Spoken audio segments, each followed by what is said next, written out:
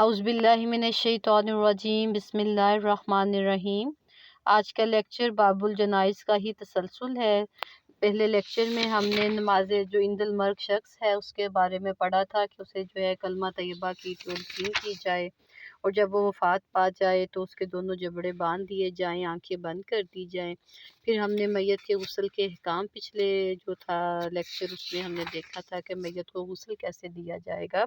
اور یہ میت کو جو غسل دینے کا طریقہ ہے آپ لوگ اسے بہت غور سے دیکھیں، سمجھیں، اور اس کے جو تمام مسائل ہیں انہیں سیکھیں، کیونکہ یہ ایک ایسا چیز ہے کہ جس کے ساتھ ہمارا واسطہ پڑتا ہے، تو ہمیں یہ چیز آنی چاہیے بطور مسلمان۔ آج ہم دیکھیں گے کہ اگر کوئی مرد میت ہے تو اسے کفن کیسے دیا جائے گا، اور اگر عورت میت ہے تو اسے کفن کیسے دیا جائے گا۔ وسنتو، اور سنت یہ ہے کہ ان یکفنا، کہ کفن دیا جائے، راجلو، مرد کو، فی ثلاثتی اسواب، تین کپڑوں میں۔ یہ شارٹ کویسچن میں بھی پوچھ لیتے ہیں کہ مرد کا کفن کتنے کپڑے ہیں، تو آپ اسے سرکل کر لیں کہ مرد کو تین کپڑوں میں جو ہے وہ دیا جاتا ہے، کفن دیا جاتا ہے۔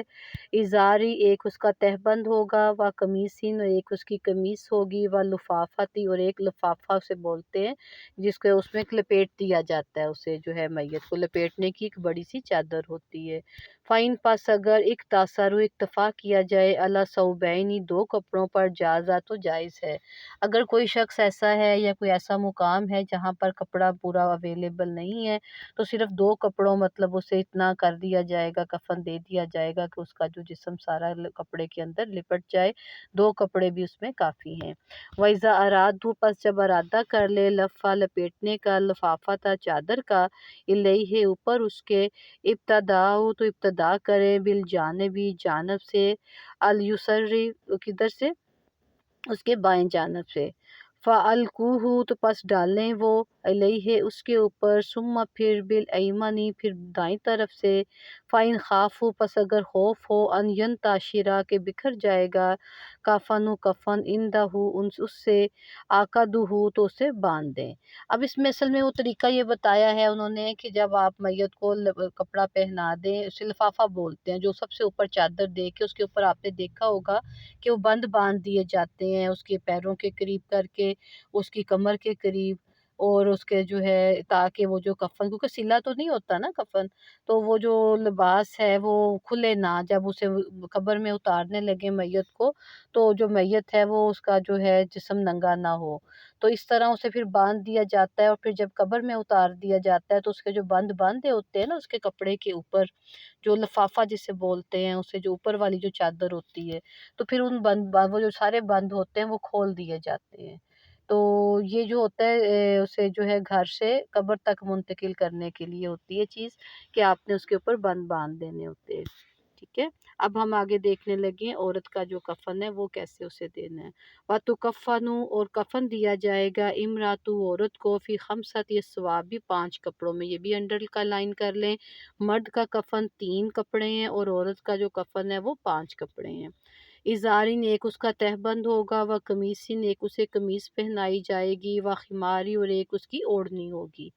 و حرکتین، اور ایک کپڑا، تربتو، باندھی جائیں، بیہا، ساتھ اس کے، تو سدویاہا، اس کی چھاتیاں، اس کے جیسے سینے کے اوپر ایک الگ سے ایک کپڑا باندھا جائے گا، تاکہ جب اسے اٹھایا جائے یا جو ہے میت کو لے کے جب جنازہ چلا جائے تو اس کا جو جسم ہے وہ ہلے نہ۔ لفافہ تھی، اور ایک بیرونی چادر ہوگی۔ لفافہ کیا ہے، پہلے بھی میں نے بتایا آپ کو کہ وہ کیا ہے، ایک بیرونی چادر ہے۔ فائن، اگر ایک تاثر اکتفا کریں، علی ثلاثت اسوابی، تین کپڑوں پر، جازہ، تو جائز ہے۔ کیا مطلب ہے کہ اگر اس میں وہ اگر آپ کا کم کپڑا اویلیبل ہے، یا کوئی ایسی جگہ ہے، یا کوئی اتنی غریب میت ہے کہ وہ اتنا زیادہ کپڑا نہیں خرید سکتے، تو اس صورت میں کم از کم تین کپڑے جو ہیں اس کی عورت کے لازم ہیں، جس کے بغیر جس میں اسے کفن دیا جانا ہے۔ وَيَكُونَ، اور ہو، خمارو، اوڑھنی، فوقا، اوپر، قمیصی، کرتی کی، تختہ، پھر نیچے، لفافتی، لپیٹنے والی چادر ہو۔ مطلب جب آپ نے سارا اسے کفن دے دیا عورت کو، اسے سب سے پہلے قمیص پہنا دی، اسے تہبند پہنا دیا، پھر اس کے اوپر اس کا جو باہر والی چادر میں اسے لپیٹ کر بند باندھ دیے، وہ جو اوپر اسٹرپ سے باندھی ہوتی ہیں انہیں بند کہتے ہیں، انہیں اسٹرپس کو باندھ دیا ہے، اینڈ کے اوپر آپ نے اس کے اوپر جو سر کو لپیٹ دینا ایک چادر کے ساتھ اس کا جو ہے، تاکہ اس کے بال وغیرہ نظر نہ آئے۔ اور یوج آلو ڈالے شاہروہا اس کے بال اللہ صدریہا اس کے سینے پر۔ اب اس کے جو بال ہیں میت عورت کے، کیونکہ عورتوں کے بال عموماً لمبے ہوتے ہیں، تو اس کے پیچھے نہیں رہنے دیے جائیں گے، بلکہ اس کے بال ایک سائڈ سے نکال کر کچھ اس کے دائیں سائڈ پہ ڈال دیے جائیں گے، پیچھے سے آگے لائے جائیں گے، وہ کچھ اس کے بائیں سائڈ پہ، اور پھر اوپر لفاف جو آخری جو کپڑا ہوگا اس کے اوپر وہ آ جائے گا، اور اس کے بعد پھر جو ہے اس کے اوپر چادر دے دی جائے گی۔ وَمَا عَلَيْنَا إِلَّا الْبَلَاغُ الْمُبِينُ۔